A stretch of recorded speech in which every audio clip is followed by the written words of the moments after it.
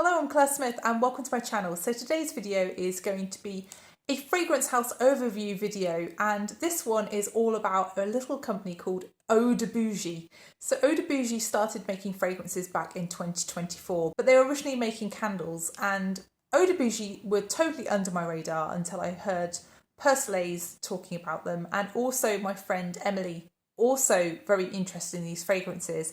And she ended up buying a sample set and she passed the sample set on to me. So I thought I'd just review the sample set and talk about the brand. So if you haven't seen me before, I'm Claire Smith. I make videos all about perfume, perfume science, perfume history, perfume psychology.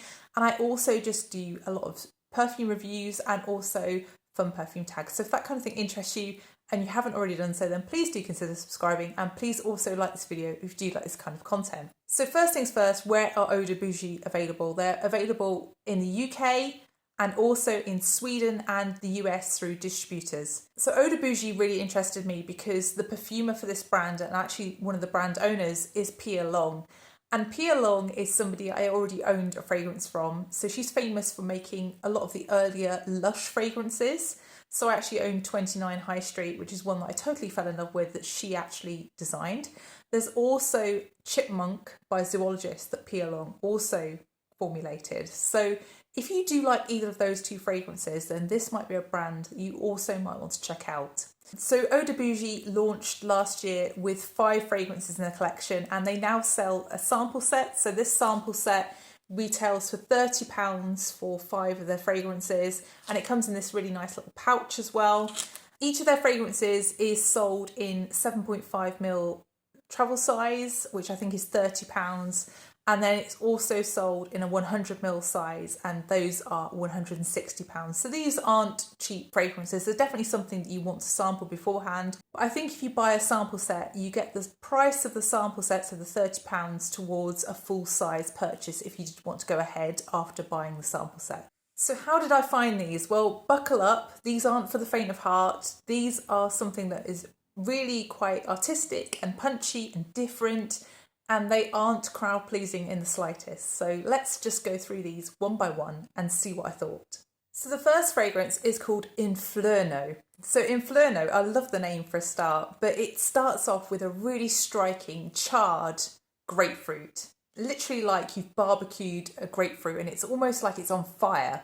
After about 30 seconds, it becomes more of an old school chypre fragrance, and it's really a fusion of modern and vintage, this one. So it's got red grapefruit, but in the background of a super oak mossy kind of smoky chypre forefront to the fragrance.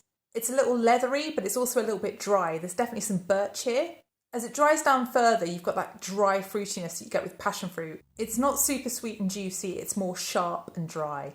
There's also a very slight light soapiness, along with the woodiness, and that smokiness does die down a little bit, but it is present throughout the fragrance really. The final dry down is a sweeter, but still smoky, still woody grapefruit with a lighter chypre feel to it. I think this fragrance is incredibly unusual. It actually made me think along the lines of older school chypre fragrances like Bandit by Piguet, but just livened up a little bit with that smoky grapefruit. It just really is a real juxtaposition of styles. And it also made me think of things like Aventus with the birch. Even though it isn't, overall like Aventus, I just got that kind of feeling with the citrus and the birch.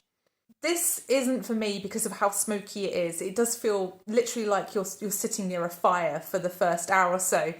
But it is really striking, and I actually really appreciate the dry down of this. I think the dry down is very much more friendly than how it opens.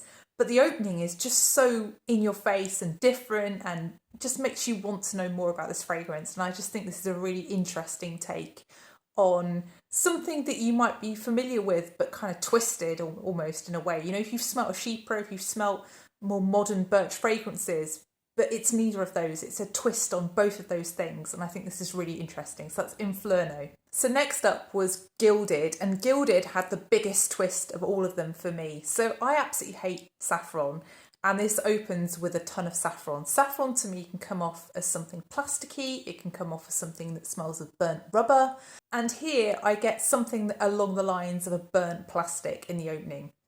But there's also a ton of resins, and this fragrance overall does have a gilded, golden feeling to it. In fact, they even list gold as a note. And yes, it just does smell golden in a way. As this dries down, it becomes sweeter, softer, you get a little bit of lemon coming in, but there's still that syrupy, golden, resinous feel to this. The saffron really dies back towards the dry down, and the lemon becomes something like a whole lemon that's been roasted. It's got a kind of loose, liquidy feel to it, but still with that kind of citrus in the background. Nothing sharp. There's also a ton of vanillic resins and a slightly animalic feeling leathery musk in the background. I'm so confused by this fragrance. It's so interesting. I absolutely hate saffron, but it just really had me in the dry down. I really hated the first hour or so, but I loved that golden feel to this. I think if you really love saffron and you like fragrances with a bit of an animalic grur to them, then this might be the fragrance for you. Just a really interesting fragrance, and that's from someone who absolutely hates saffron. So the next fragrance is called Queen, and I really thought I was going to love this one. So this opened with a soft pink fruity rose, and quickly there's a rhubarb as well, and the rhubarb begins to dominate over the soft fruity rose. And initially this made me think of a less sharp version of Delina.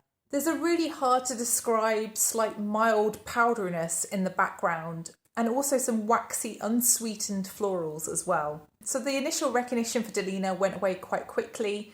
This became a little bit more creamy in a way, and really as this started to dry down, it started to change massively from the beginning of the fragrance. I found the dry down really hard to describe. I think it's the violet, the rose and the geranium. It just turns into something that I've never really smelt exactly something like this before, and that's why I think I'm finding it so difficult to describe.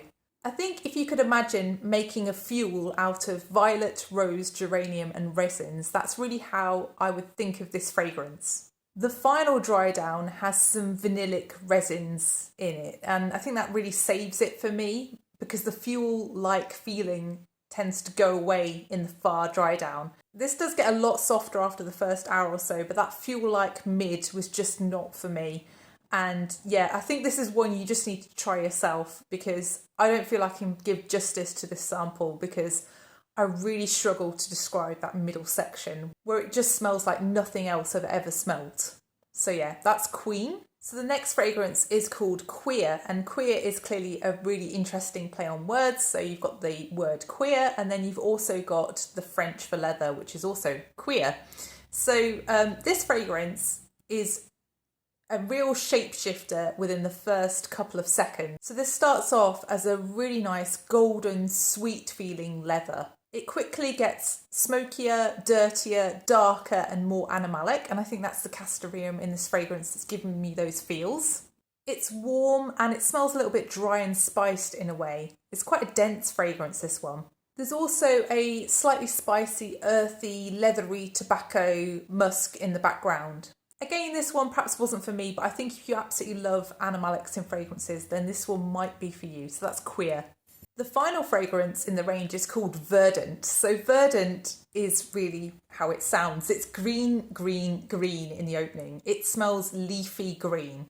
It's very lush feeling in the beginning. It makes me think of aloe vera and bergamot, and it just has this kind of soft grapefruity feel. It's very leafy, bright green, almost tropical in the opening. As this dries down, it becomes less tropical. So it starts to become slightly more powdery. It smells more like you're in a greenhouse or something with some tomato leaves. It's more like you've touched the plant and perhaps washed your fingers and you've just kind of got the remnants on you of the tomato plant. However, the tomato leaf does grow into the dry down. It becomes more prominent. Throughout, you can still smell this citrusy aloe smell, and it begins to smell cooler, like a moisturiser as this dries down. This is actually quite a bright fragrance and quite sweet, and even in the dry down, it's pretty much more of the same, but just more with more powder and with a slight creaminess to it. For me, this fragrance was the most wearable of the bunch, and I think if you like fragrances like Hermes Le Jardin's line, or if you like Vanille Camouflage by Dries van Noten, you might actually really enjoy this fragrance. Okay, so my summary of this fragrance house is that these fragrances are not pretty and they're not easy. These are not for the faint of heart. These are things that are really quite artistic and quite out there. Although, you know, they are, if you do love those individual fragrance categories, they could really be for you. I'd also say these fragrances are things to try in a long time period. They're things to try multiple times because they do shapeshift. They do change over the course of their lifetimes. They are not linear fragrances in the main. My two favourites from this collection are very strange opposites. So the first one that is my favourite is the one that's the easiest for me, and that's Verdant. But the second one that's my favourite is Gilded. And, you know, as someone who really dislikes saffron, that's a really odd choice. But it was just something I'd never smelt before. It really did what it set out to do. It did smell very golden.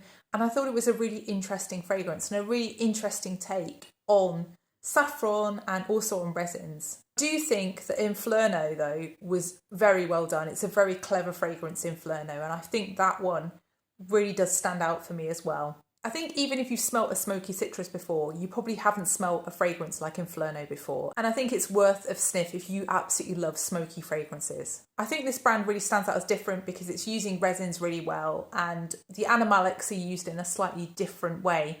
And even though none of them are particularly over the top, they are just used to their fullest. They really fit the types of fragrance that this brand is trying to go for, I think.